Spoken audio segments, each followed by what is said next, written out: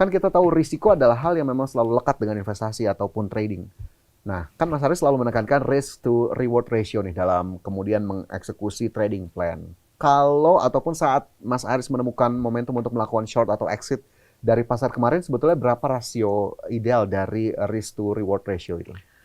Ya, jadi kan kita memandang trading itu kan sebagai bisnis ya. Hmm. Kita, kalau ini fail, kita rugi berapa? Kalau ini berhasil, kita dapat berapa? Nah, yang ideal yang beredar itu kan biasa 1:1, 1:1 kemudian, atau 1:2, 1:3. Itu kan very good. Kita meresikokan kalau misalnya kita cut loss di saham misalnya 10 juta, potensi gainnya misalnya 30 juta. 1:3 kan oke, Mas. Oke. Kalau dibanding sama bisnis real gitu kan, nah mungkin setahun misalnya proyek kontraktor, konstruksi, mungkin totalnya 40% aja udah hebat gitu loh. Ini kita dikasih 1:1 kan berarti 100%. Nah, masa nggak diambil gitu kan?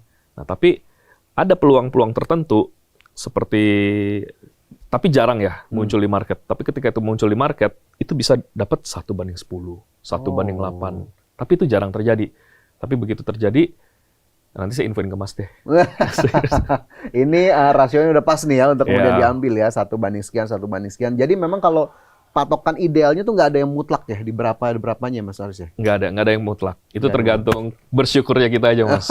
Lagi-lagi tadi fear dan greed jadi dua hal Yes. yang memang lekat dengan kita selaku investor ataupun trader. Nah kemudian kalau untuk seorang trader sendiri Mas Aris, untuk kita bisa secara psikologis tetap tenang ketika mengambil posisi yang berlawanan dengan arah arus pasar begitu ya, tanpa dibayangi kecemasan, terkena margin call, apalagi harga sempat bergerak naik terlebih dahulu sebelum mencapai area potensial reversal zone. Gimana sarannya atau tipsnya biar ya tadi tetap kepala dingin lah melihat hal tersebut? Ya, orang akan takut ketika dia menaruh terlalu banyak di situ, Mas. Jadi, satu money management. Money management itu adalah hal yang utama. Nah, taruh kebanyakan akan mengundang fear. Taruh kedikitan akan mengundang greed. Mas, masuk saham cuma 1 lot. Berani pegang sampai di atas, berani. Makanya kalau kita lihat screenshotan orang yang pamer ya, 2.000, 30.000%. Ditutup lotnya berapa? Sisa 2 lot, sisa 3 lot. Kenapa? Dia berani pegang sampai atas. Tapi contoh misalnya seluruh harta dia ditaruh situ, berani pegang nggak? Enggak. Mungkin cuma, makanya lotnya banyak, dia takut nih. Begitu dia naik, jangan-jangan dia mau turun lagi ya? Saya ambil deh. Tapi saya sisain 1 deh, buat saya lihat nanti. Nah, lot kekecilan akan mengundang greed kita. Masuk kecil, pas dia naik, loh. Kenapa masuknya cuma 1 Kenapa lot? masuk cuma 1 lot ya? Masukin lagi, masukin kegedean, pas di pullback, ketakutan gitu. Kenapa saya masuk kebanyakan ya?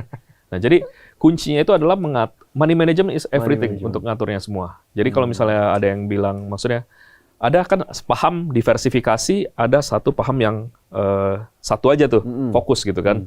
Nah, untuk yang baru-baru trading gitu kan, jangan supermarket juga portonya gitu kan.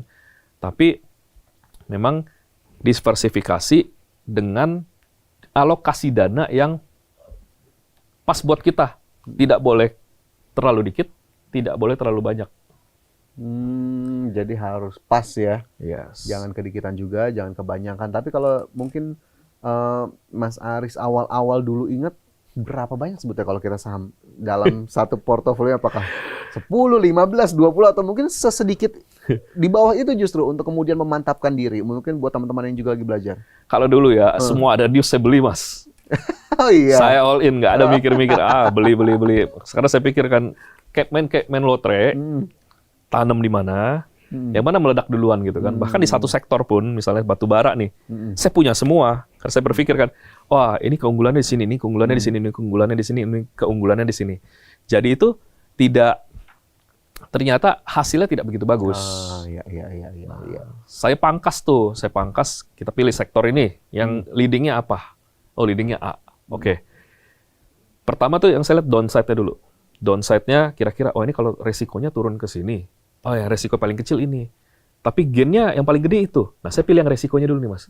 Resiko paling kecil saya pilih di satu sektor ini. Kan kalau lagi bullish itu semuanya naik, Mas. Kita pengen beli semua. Ngeliat di TV ada public exposure-nya, kita pengen beli. Nah, jadi bagaimana orang itu menahan diri itu, mengalokasikan dana. Kalau beli semua, misalnya duitnya cuma dikit, dia beli semua. Masa 1 juta, 1 juta, 1 juta, 1 juta? Kan nggak berasa juga. Nah, itu butuh jam terbang tuh untuk melakukan portofolio manajemen di situ. Makanya tadi kan awal-awal dibeli semua, tapi ketika sudah mulai jam terbang sudah ada, money managementnya mungkin sudah oke, akhirnya sudah bisa pas lah portofolio yang sudah ada. Oke, lanjut mungkin kita udah dikit lagi lah, nggak bisa terlalu lama juga kita Mas Aris, sayang sekali waktu terbatas. Tapi mungkin lagi-lagi saya minta sarannya buat teman-teman di luar, biar tetap disiplin sama trading plan tuh gimana sih Mas? Tadi kan untuk tips tetap tenang sudah, Yes. milih risk to reward ratio sudah, tapi untuk kemudian stick atau disiplin sama trading plan itu gimana? Itu yang sulit. Itu sangat sulit dengan trading plan ya. Jadi ketika harus cut loss, itu kita merasa sedih, duit kita hilang. Ketika take profit juga kita bingung. Ini bakal ke sini nggak sih? Sekarang kan begini, Mas. Mas pegang untung 20%, beli 20% nih. Nah, Mas lepas barangnya. Barangnya terbang. Lu weekend ya. Weekend nih. Masa nggak pegang begitu? Nggak.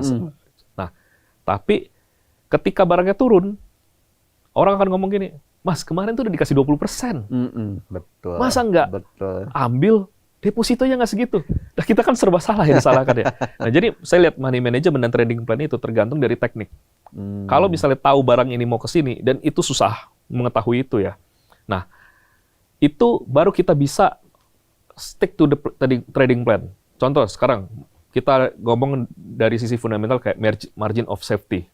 Nah, kalau kita ketahui PBV-nya sekian, harga wajarnya sekian, harganya sekarang ada di sini. Tentu kita akan berani pegang dong barang itu. Beda halnya dengan, wah kita tahu nih, ini PBV-nya udah 120 kali, naik dari bottom udah sekian. Berani nggak kita pegang? Nah, jadi tergantung dari teknik kita sama ilmu yang kita tahu gitu kan. Ya. Itu baru bisa kita ngatur, oh trading plan-nya sekian, stick to the plan sekian. Oke. Menarik. Gimana kemudian kita bisa tetap disiplin menjalankan trading plan kita di tengah noise-noise yang beredar di luar sana. Oke, kalau saya mau minta saran juga untuk 6 bulan ke depan atau dari pandangannya Mas Aris, kelas aset apa yang sebetulnya cukup atau oke, paling ideal lah menjadi tempat pelindungan modal bagi para teman-teman di pasar modal terutama. Kalau 6 bulan ke depan nih, sorry saya menghela napas ya. Karena ini pertanyaan.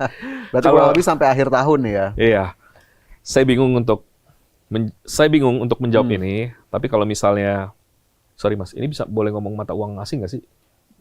Ya sekedar intermezzo aja boleh, nggak apa-apa. Oke. Boleh. Jadi kalau untuk sekarang, kan instrumen itu ada banyak, kripto, saham, emas gitu kan. Kripto, saham, emas, sama mata uang asing. Nah, kalau saya secara pribadi saya melihat kalau untuk tergantung mau dapat capital gain atau mau cuma preserve aset aja, nggak mau nih turun, cuma melawan inflasi aja. Nah, itu kan dua hal berbeda. Nah, saya memilih saya memilih yen. Saya memilih yen kenapa? Yen itu lagi paling rendah-rendahnya sekarang. Dia mau turun sejauh apa lagi, itu nggak bakal sejauh aset kelas lain turun gitu loh. Nah,